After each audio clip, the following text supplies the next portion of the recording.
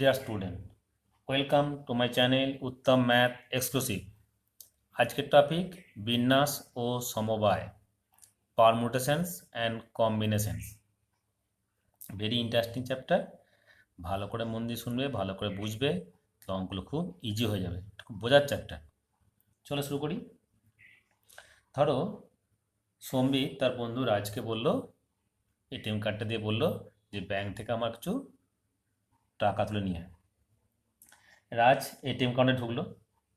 ঢুকে সে কিছুতেই শেষ তিনটি নম্বর মনে করতে পারছে না। অগত্যা সে একটা তালিকা তৈরি করতে শুরু করলো। যখন 1 2 3 2 3 5 5 6 7 এরকম শুরু করলো। তার ধারণা ছিল এইভাবে গঠিত সংখ্যাগুলি যে কোনো একটিকে শেষে লাগিয়ে একবার না একবার সে তার বন্ধুর টাকাটা তুলতে পারবে। কিন্তু হয়, অন্তত 50 বার করার পরও সে সঠিক সংখ্যাটা খুঁজে পেল না। তোমার কি মনে হয় এইভাবে আদৌ সঠিক নম্বরটি খুঁজে পাওয়া সম্ভব?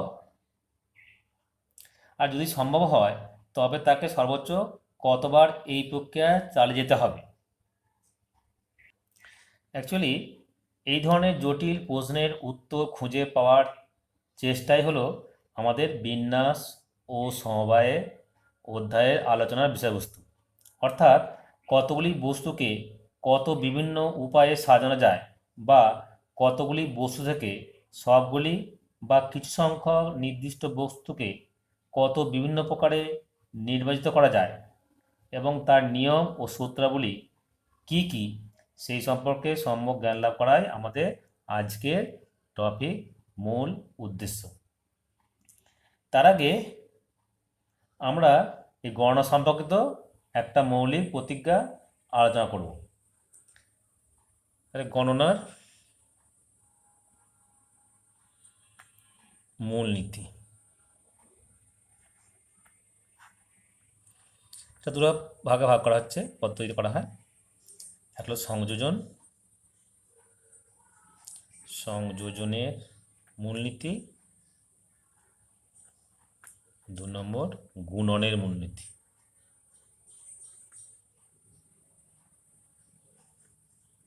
সংযোজনের মূলনীতিটা কি?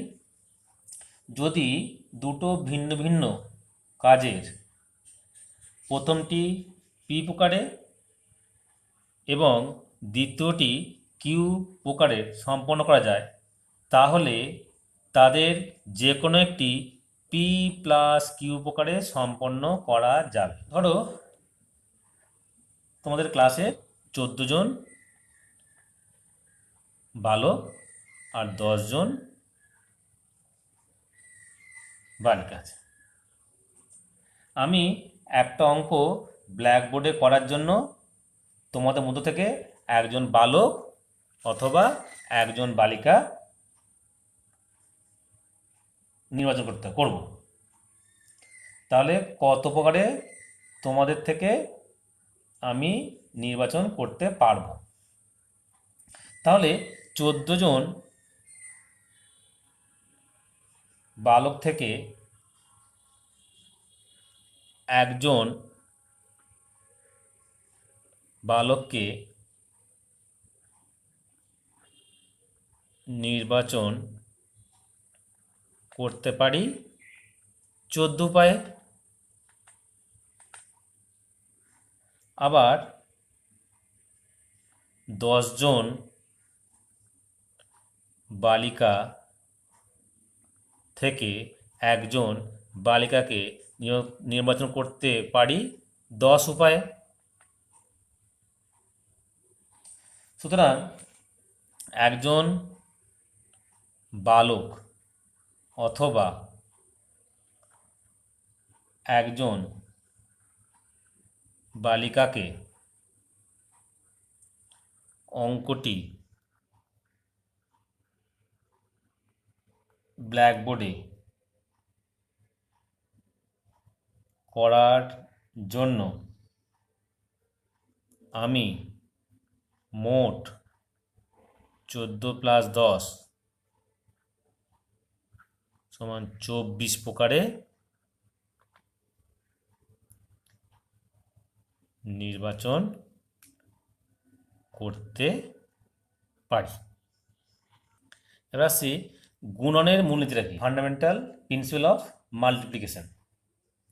যদি কোনো একটি কাজ পি বিভিন্ন উপায়ে সম্পন্ন করা যায় এবং পি উপায়ে যে কোনো এক উপায়ে সম্পন্ন করার পর দ্বিতীয় একটি কাজ কিউ বিভিন্ন উপায়ে সম্পন্ন করা যায়, তবে কাজ দুটি মিলিতভাবে পি কিউ বিভিন্ন উপায়ে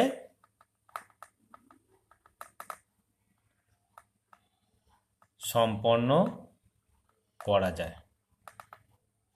উদাহরণস্বরূপ মনে করি কোনো একটা ব্যক্তি তার বাড়ি থেকে কলকাতা হয়ে বম্বে যাবে। তাহলে বাড়ি থেকে কলকাতা সে দু উপায়ে যাচ্ছে, একটা বাসে একটা ট্রেনে।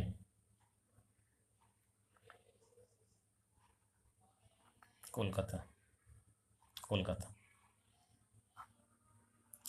এবার সে কলকাতা থেকে বম্বে যাচ্ছে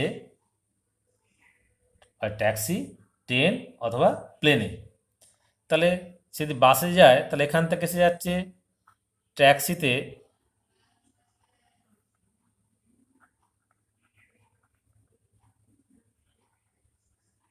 মুম্বাই বা ট্রেনে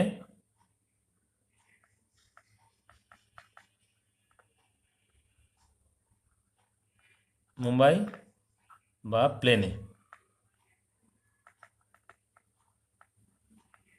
মুম্বাই যাচ্ছে। আবার সে বাড়ি থেকে ট্রেনে কলকাতা এলো, কলকাতা থেকে ট্যাক্সিতে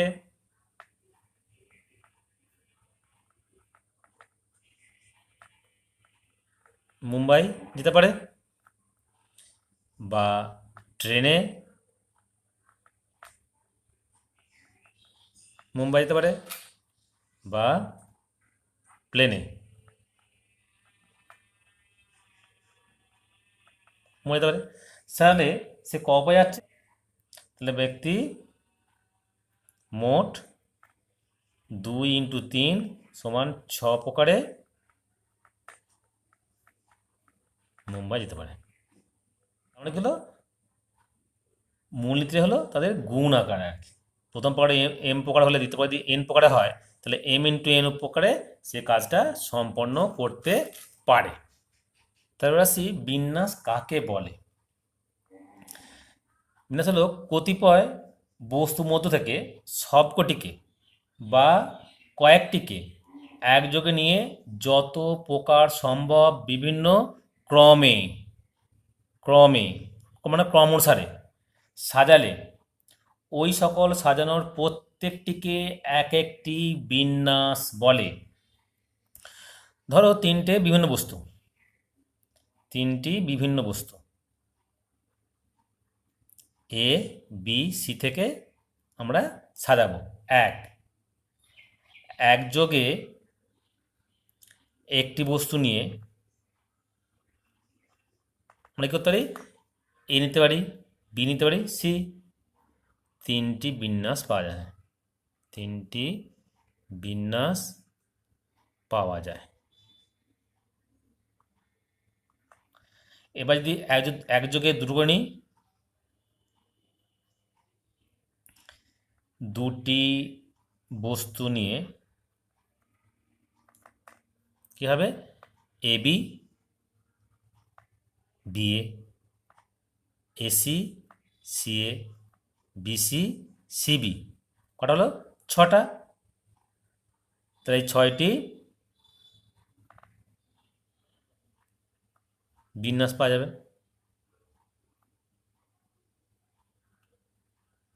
যায়। এবার যদি আমরা তিনটে নিয়ে করি, একযোগে তিনটি বস্তু নিয়ে, তাহলে কী হবে, A B C, A C B,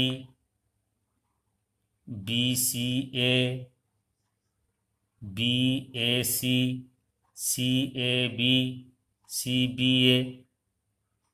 তো এই 6টা উপায়ে বিন্যাস পাওয়া যাবে, ঠিক আছে। তাহলে এখানে দেখো আমি বলেছি কম, এখানে ক্রমটা হয় বিবেচ্য। তাহলে AB, BA। যেমন দেখো, ধরো দু বন্ধুতে সিনেমা দেখতে গেলে, সিনেমা, যদিও তোমরা সিনেমা দেখতে যাওনি, হল টলে উঠে গেছে প্রায়, যাই হোক, সিনেমা দেখতে গেলে ওখানে দুটো টিকিট পেলে, একটা পেলে ফার্স্ট ক্লাস আর একটা পেলে ব্যালকনি। তাহলে এবারে প্রথম বন্ধু বললো যে আমি ব্যালকনিতে বসবো, কারণ ব্যালকনিতে বসলে ভালো সিনেমাটা দেখা যায়। অন্যজন বললো না আমি ব্যালকনিতে বসবো। তোমার ঠিক করলো যে ঠিক আছে, প্রথম হাফটা তুই একজন প্রথমজন ব্যালকনিতে বসবে, দ্বিতীয়জন ফার্স্ট ক্লাস বসবে, আর দ্বিতীয় হাফে উল্টা করবে। তার মানে কি হলো, তাহলে এই যে AB, প্রথম বন্ধু দ্বিতীয় বন্ধু, দ্বিতীয় বন্ধু প্রথম বন্ধু, তাদের ক্রমটা বিবেচ্য হলো, ঠিক আছে। তাহলে পারমুটেশনের ক্ষেত্রে কী হবে, ক্রমটা হবে বিবেচ্য। এবার যদি ক্রমটা বিবেচ্য না হয় তখন কি হবে, তখন হচ্ছে কতিপয় বস্তুর সবকটি বা কয়েকটিকে একযোগে নিয়ে ক্রম নিরপেক্ষ, ক্রম নিরপেক্ষভাবে যে সকল বিভিন্ন দল বা নির্বাচন বা মণ্ডলী বা কমিটি গঠন করা যায়, তাদের প্রত্যেকটিকে বলা হবে এক একটি সমবায়। সমবায় মানে হচ্ছে দল, দলে কে আছে, কে আগেলো পড়লো সেটা বিবেচ্য নয়, তাকে বলা হবে সমবায়। তাহলে এখানে আমি আগের মধ্যে বলি যে 3টি বস্তু আছে ABC, তাহলে একযোগে যদি একটা করে নিই তাহলে কটা হবে, A একটা হবে, B একটা হবে, C হবে, 3টা হবে, 3টি সমবায়। যদি দুটো করে নিই তাহলে কি হবে, AB দল তো, AC BC, এখানেও 3টে সমবায় হবে। আর যদি একযোগে 3টে নিই তাহলে কি হবে, ABC, কারণ কি এটা দল, দলে কে আছে, ঠিক আছে, সেটা বিবেচ্য। AB আর BA একই ব্যাপার, কারণ এটা দলে আছে তো, গ্রুপে আছে। একটা ক্রিকেট টিমের দলে 11 জন খেলছে, ঠিক আছে, সেখানে দলে যারা আছে তারা বিবেচ্য, তাদের মধ্যে তো হবে না যে এ আগে নেওয়া হবে, একে পরে নেওয়া হবে, তারা অন্যরকম দল হবে, তাকে হবে কি, সেটা হবে না। দলে আছে মানে একটাই হবে। তাহলে আমরা বুঝতে পারছি যে সমবায় করার সময় কয়েকটা বস্তু নিয়ে প্রতিটি নির্বাচন গঠিত হয় শুধুমাত্র তাদের সংখ্যা বিবেচনা করে, দুটো নিয়ে হচ্ছে। কিন্তু বিন্যাসের ক্ষেত্রে কী হয়, প্রতিটি নির্বাচনে বস্তুগুলির সংখ্যা এবং কম উভয়ই বিভাজ্য। তাহলে একটি সমবায় থেকে এক বা একাধিক বিন্যাস পাওয়া যেতে পারে, কারণ আমরা দেখলাম যে ABC নিয়ে কী হচ্ছে, একটাই মাত্র সমবায় গঠন করা হচ্ছে। কিন্তু যদি আমরা এদিকে নিয়ে বিন্যাস করি তাহলে কী হবে, ABC হচ্ছে, ACB হলো, BCA, BAC, CAB, CBA, এটা পাচ্ছি।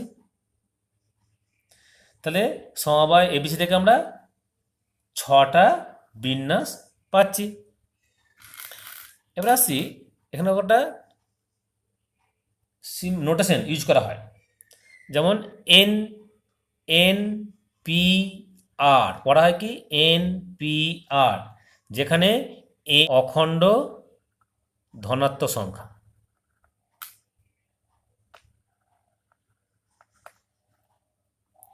এবং R n, সবই কাউন্টিংয়ের ব্যাপার। এখানে তো 1.5টা কাউন্ট 2.5টা কাউন্ট হবে না, পুরোপুরি অখণ্ড সংখ্যা। তাহলে N থেকে শুরু করে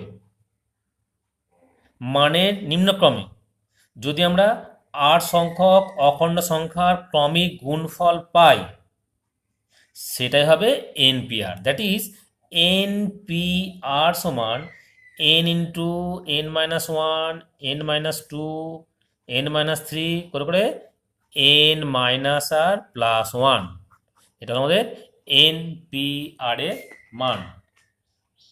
ফর এক্সাম্পল ধরা হচ্ছে 7P3, তখন কত হবে, 7 থেকে 3টে ক্রমিক পরপর ক্রমিক গুণফল 7, 6, 5, দ্যাট ইজ 210 মানে 7 থেকে শুরু করে মানে নিম্নক্রমে 3টি অখণ্ড সংখ্যার গুণফল, বা যদি বলি 5p2 তার কথা হবে 5 × 4 দুটো হলো 20। এবার আসছি ফ্যাক্টরিয়াল এন, ফ্যাক্টোরিয়াল এন এটা ডিনোট করা হয় এন ফ্যাক্টরিয়াল বা এই চিহ্ন দিলে ডিনোট করা হয়। এটা মানে কি? এটা মানে হচ্ছে 1 থেকে n সংখ্যক সকল অখণ্ড ধনাত্মক সংখ্যার গুণফল। তাহলে 1 2 3 করে করে n, এভাবে লিখতে পারো n × n-1 × n-2 করে করে 3 2 1। সংখ্যা দিয়ে করি ফ্যাক্টরিয়াল 5 সমান 5 4 3 2 1। এটাকে অন্যভাবে লেখা যায়, যেরকম ধরো 5 × 4 এর ফ্যাক্টোরিয়াল। তাহলে এখন যদি আমরা NPR ফ্যাক্টোরিয়ালের সাহায্যে লিখব, তাহলে আমরা জানি NPR শর্ট ফর্ম শিখছি আমরা n-1 n-2 করে করে n-r + 1 সমান n-1 n-2 করে করে n-r + 1। পরেরটা এটা কমবে n-r, তারপরটা n-r - 1 করে করে 2 1 বাই আমরা কী করছি ওপর নিচে এটাতে গুণ করছি n-r n-r - 1 করে করে 2 - 1। তাহলে এটা কী হলো n থেকে কমে কমে যে যে 1 পর্যন্ত গুণফল হয়েছে, তার মানে এটা কি ফ্যাক্টোরিয়াল n। নিচেটা কি n-r থেকে কমে কমে যে 2 × 1 পর্যন্ত হয়েছে, তাহলে কি হলো n-r এর ফ্যাক্টোরিয়াল। তাহলে আমরা কি পেলাম NPR সমান n এর ফ্যাক্টোরিয়াল বাই n-r এর ফ্যাক্টোরিয়াল।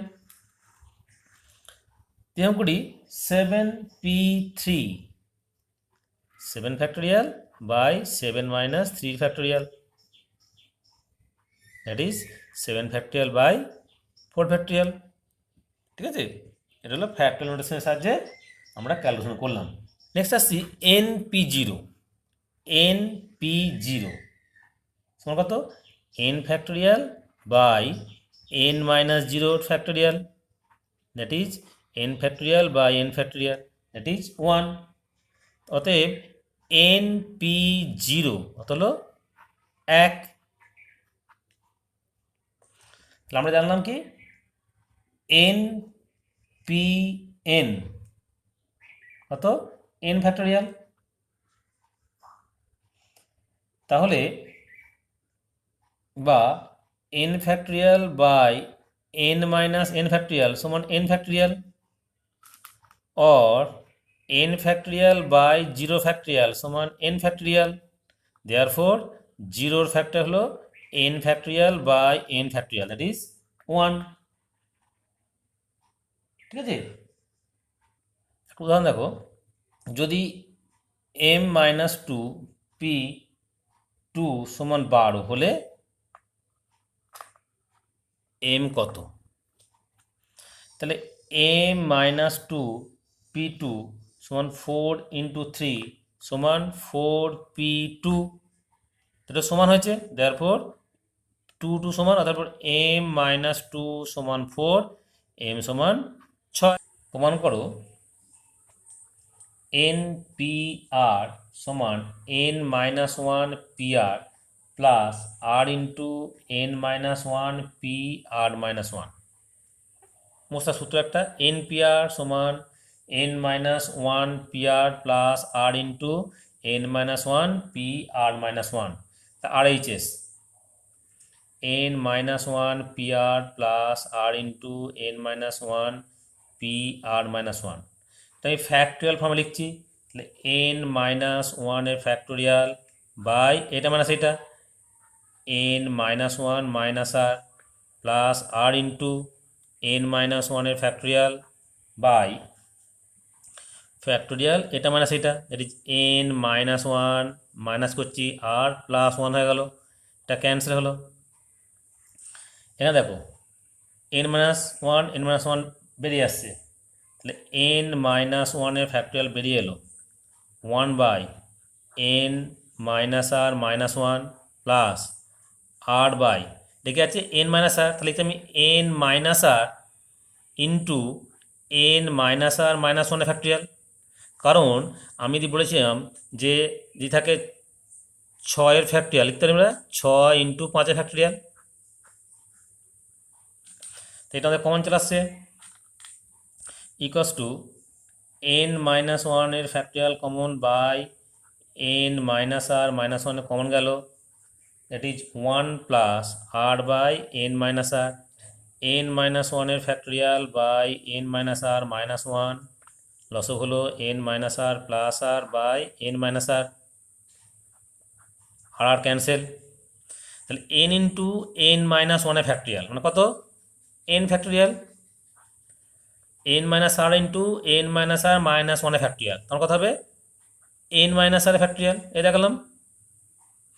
দেওয়ার পর এটা মানে কি N P R proved one LHS. আসছি বিন্যাসের মূলনীতি।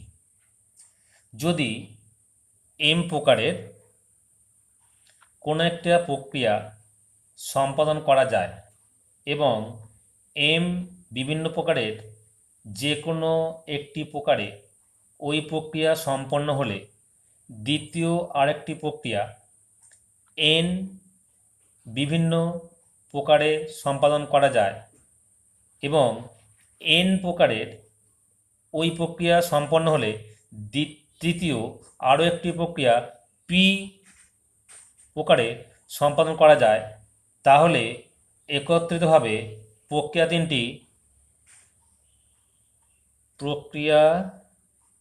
তিনটি M into N into P বিভিন্ন প্রকারে সম্পাদন করা যায়। যে কোনো সংখ্যক প্রক্রিয়ার ক্ষেত্রেই এই নীতি কার্যকর। উদাহরণস্বরূপ এটা বলি, একটি সভাগৃহে 5টি দরজা আছে। কত প্রকারে এক ব্যক্তি ওই সভাগৃহে প্রবেশ করে অন্য দরজা দিয়ে বাইরে আসতে পারবে, মানে যেই দরজায় ঢুকবে সেটা দিয়ে বেরোতে পারবে না। তাহলে সভাগৃহে কটা যে 5টি দরজা আছে, তাহলে ভেতর দিয়ে 5টি ভাবে প্রবেশ করতে পারবে। তাহলে এই যে 5 ভাবে প্রবেশ করছে, যে কোনো একটা ভাবে সভাগৃহে প্রবেশ করছে, করার পর বাকি যে 4টে দরজা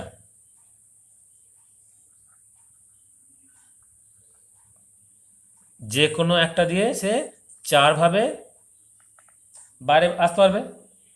সুতরাং বিন্যাসের মূল নীতি অনুযায়ী কি, সে 5 ইন্টু 4 অর্থাৎ 20 প্রকারে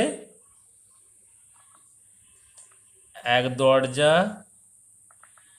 দিয়ে সভাগৃহে প্রবেশ করে অন্য দরজা দিয়ে বাইরে বেরিয়ে আসতে পারবে।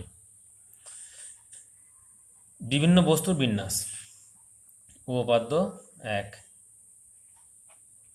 সেটা কি, কোনো বস্তুকে একই বিন্যাসে একবারের বেশি ব্যবহার না করে এন সংখ্যক বিভিন্ন বস্তু থেকে একযোগে আর সংখ্যক বস্তু, যেখানে করে বস্তু নিয়ে বিন্যাসের সংখ্যা হবে এন পি আর। প্রমাণটা দেখ একটু। মনে করছো যে 8 সংখ্যক শূন্যস্থান আছে,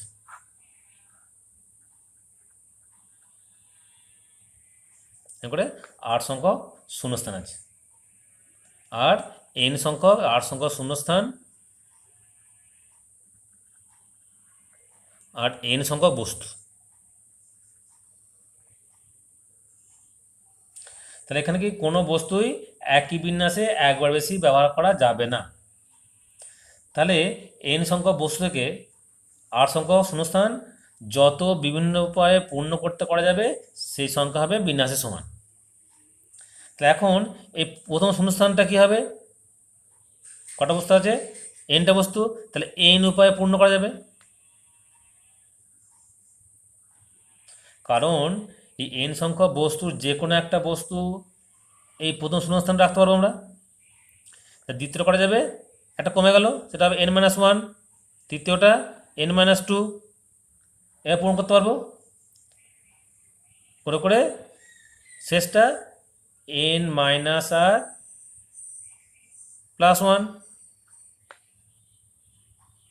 উপায় আমরা শূন্যস্থান পূরণ করতে পারবো। তাহলে কত হলো, এটা মানে কত, n-p-r, দেখে হলো n সংখ্যক বিভিন্ন বস্তু থেকে একযোগে r সংখ্যক বস্তু নিয়ে বিন্যাস সংখ্যা হলো n-p-r। ঠিক আছে, সবকটি বিভিন্ন নয়, এইরূপ বস্তুসমূহের বিন্যাস। তার আমরা কি সদৃশ্য বস্তু বিন্যাস কীভাবে করব, তাহলে n সংখ্যক বস্তুর মধ্যে p সংখ্যক বস্তু এক ধরনের সদৃশ্য, q সংখ্যক বস্তু আর এক ধরনের সদৃশ্য,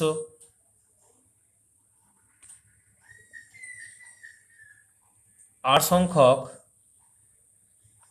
বস্তু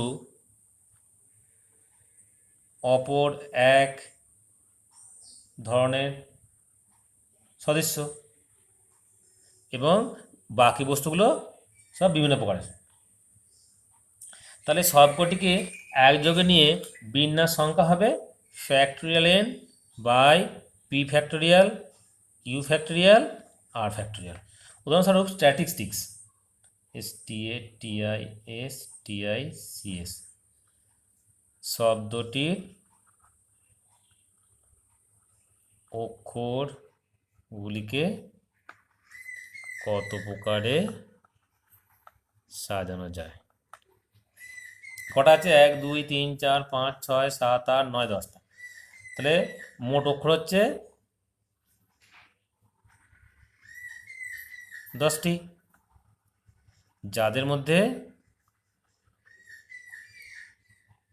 এস আছে 3টে, এস 3টি, টি 3টি, আই 2টি, বাকি আলাদা। তাহলে মোট সাজানোর সংখ্যা